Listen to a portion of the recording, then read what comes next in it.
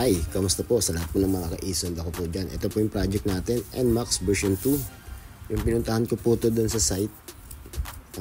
Nakabalot pa po ito ng play-rings po niya. At yung simulang tinanggal po namin yung play-rings, ito ang gumimbal po sa amin. Hindi ko po talaga ina-expect na ganito po talaga ang itsura po na itong loob ng NMAX na po na to. Talagang ang daming putik, sumobra na, tapos pinagbahayan na po ng mga anay at ng langgam. May mga bahay na po sila dyan at yun, nakakagulat at talagang matindi-tindi po talaga ang labanan. At ito naman po talaga guys, mga ka-Ison, ako yung pinakagustong gusto ko pong gagawin kahit po mahirap at talaga namang pag nagawa po natin to ng magayos at maganda, talagang nakakatanggal po ng pagod, lalong lalo na kung halimbawa po makikita po to sa kalsada at makikita po ng ibang tao na napakaganda, talagang nakakapalakpak tenga. At ito po guys, at tinanggal na namin po yung play rings at nagsimula nga pala po ako dito ng 7:30 sa paglilinis, natapos po ako ng 11:53. Inorasan ko rin po, ganun po katagal ang paglilinis po talaga nito. Talagang siksik na po yung mga putik doon sa mga singit-singit. At talagang yung kamay ko at nababad na rin po talaga sa tubig kasi kakuskus po ng brush doon sa mga singit na mga tumigas na putik at ang kapal. Talagang mga 3 beses ko po itong nilinis. Sabon, kiskes, hanggang sa nagawa naman po natin siya ng maayos.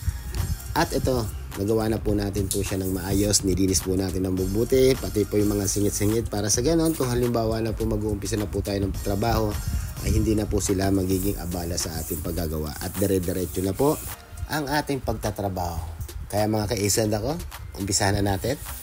Let's go! At dito po guys, yung basag po niya medyo alanganin kasi doon sa pinakagilid po at ito namang isa, bali basag na po siya at 2 putol at meron pa pong iba. At hindi ko na po sa inyo napakita kung paano po ako magdikit at paulit-ulit na lang din naman natin yung ginagawa sa ating mga vlog. Panoorin nyo na lang kung paano po tayo magdikit po ng mga ganitong basag at paano natin patitibayan. At dito po guys, bali naka 3 coat, full coat po tayo dito ng primer surfacer. Pero bago po tayo nag primer surfacer, nag plastic primer po na po tayo dito ng K92. At kaya po 3 beses po ako dito nag-primer gawa po kasi na alam nyo po yung mga texture po ng plastic po na ito, lalo na po sa harapan at yung sa speedometer ay parang leather po siya. Kailangan po natin po talaga siyang takpan. At dito po guys, kung makikita nyo po, bali na liha ko na po yan. Bali magpa-primer ulit po tayo. Pero na masilihan ko na rin po yung ibang parte po niyan, kaya magpa-primer ulit po tayo para matakpan po siya. Bali naka 2 coat, full coat nga pala po ako dito. Para sa ganon, kung maglilihan na tayo ng final liha, ay planchado na po siya. At wala na po tayong hahabulin. At kung meron naman, magmamasilya ulit po tayo at magpa-primer pa rin po doon sa mga parte na lang po ng ating minasilyahan. At ito po yung sinasabi ko po na panel po na ang pagka-texture po ng pagka-plastic po niya ay parang leather. Yung may mga biyak-biyak, kailangan po natin po siyang takpan. At dito po guys, bali na ka 2 coat, full coat ulit po ako dito. Bali nalihan na po natin yan sa una natin primer. Tapos magpa-primer po ulit po tayo kasi may mga nakita pa po ako dito na kailangan pang primeran pa at para matakpan po yung mga lubog-lubog pa po na pwede po natin po siyang primeran. Para sa ganun, pag nilihan na natin po siya ng final liha, ay makinis na po siya. At ito na po guys, na-primeran na po natin po siya ng final primer na po siya. At papatuyuin na lang po natin para kinabukasan, pwede na natin po siyang lihain. At kasi gabi na po, kaya ako po talagang pinersa lang po talaga magpa-primer para bukas ng umaga, tuyong-tuyo na po siya at ready to bakbakan na naman po tayo sa pagliha na ito. At ito na po guys, umpisa na po natin ang bakbakan po dito sa chassis. Medyo matindi-tindi po ang labanan po dito, gawa po kasi na dami po na itong singit. At kung gagawa naman po kayo nito, mag-ingat po kayo sa paggamit po ng grinder na may cap brush, nagtatalsikan po yan. At dito, bali naka 2 coat, full coat na po tayo dito na anti-corrosion.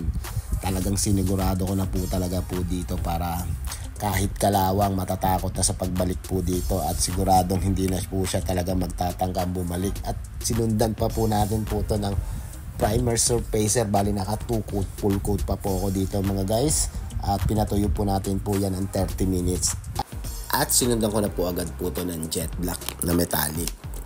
Para sa ganun may makakita, kakaiba po sa paningin nila.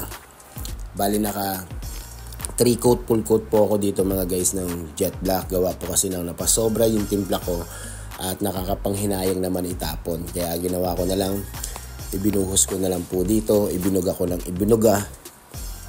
Para sa ganon, mas kumapal pa po yung pintura at para mas matagal pa po ang buhay po ng bakal na po na to. Ganon din po sa swing arm niya, nag-metallic din po tayo doon.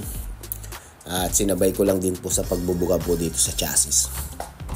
At mga kaisonda ko, as in, lahat po talaga ng parte po ng motor na to talagang pininturahan natin, ginawa po natin. Sa mugs, nag-airbrush po tayo. Bali, titanium po ang naisip kong design po dito. Gawa po kasi ng kinumbinasyon ko lang po yung gagawin po natin dito na hydrographics. At ito na nga po mga guys, bali mag-hydrographics na nga po tayo. Bali dito sa film na to medyo nanibago po kasi ako kasi first time lang po ako nakagamit po ng ganitong film. Hindi ko katulad po ng ginagamit ko ibang dating film na isang bugahan ko lang po ng activator, okay na. Ito talagang meron talagang timing kasi pag nagkamali ka po dito masisira, malulusaw din po yung film. Dapat po mabilis, hindi niyo pwedeng pabayaan po siya at kasi unti-unti siyang mawawasak. Dapat saktong-sakto po yung seconds bago niyo po i-dip po yung ilulubog niyo po na panel. Bali ito guys, bali naka 4 na attempt po ako dito o 5 na attempt kasi umabot din po ng mga 3 to 4 meters po yung nasayang. Pero nakuha ko naman po yung pinakatamang diskarte kung paano po i-dip po yung mga ganitong klaseng film. At ito na po yung last but not the least. Yung pipe po niya, talaga naman pong kinarawang na po ng todo. At buti na lang po yung kinabrush ko po to at hindi po siya butas-butas. At medyo makapal po talaga yung bakal. At ito ginawa natin pong right look para tumugma lang po dun sa kanyang mugs at dun sa may compartment na ginawa rin natin titanium. Yung mga bolts nga pala po nito kiniskis ko at talagang nilinis ko rin yung iba at di ko na rin po talaga napakita.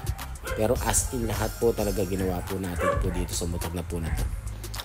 At ito na nga po guys, ang finish na natin project. 2 to 3 years na stock po ito at nagawa naman po natin lahat ng tama po dito. Lahat na kagustuhan ni boss ay nagawa po natin. Muli, maraming po salamat lagi po sa mga sumusuporta po kay Isa. Kita-kits na lang po tayo mga guys sa next project. Bye bye.